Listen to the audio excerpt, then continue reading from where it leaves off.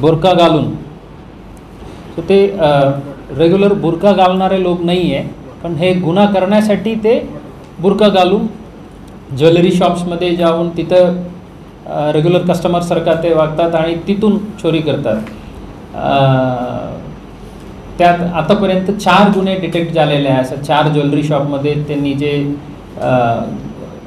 चोरी केलेले आहे ते डिटेक्ट झालेलं आहे। तरी आमच्या आता तपास सुरू आहे, कस्टडीला घेतलेला आहे। इंट्रॉगेशनमध्ये आणखी काही प्रक्रिया ओपन होण्याची शक्यता आहे।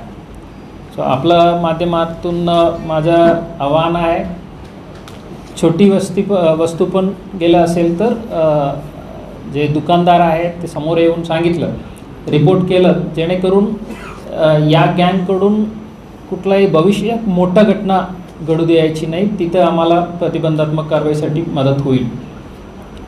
सो ते एक चांगला कामगिरी झालेलं आहे क्राईम ब्रांचकडून। पुढच्या आहे सोलापूर शहरच्या क्राईम ब्रांचनी 4 आरोपींना ताब्यात घेऊन सदर बाजार पोलीस ठाण्याच्या 379च्या केस आहे। त्यात तहसील कार्यालयामधून 2 ट्रॅक्टर चोरी गेलं होतं। 2023चे गुन्हे आहे, तेही डिटेक्ट झालं। 7 लाख किमतीच्या दोन्ही ट्रॅक्टर ट्रेलर आम्ही बाहेर जिल्ह्यातून हस्तगत केलेले आहे, तेही आता तहसील कार्यालयात जमा करणार आहे।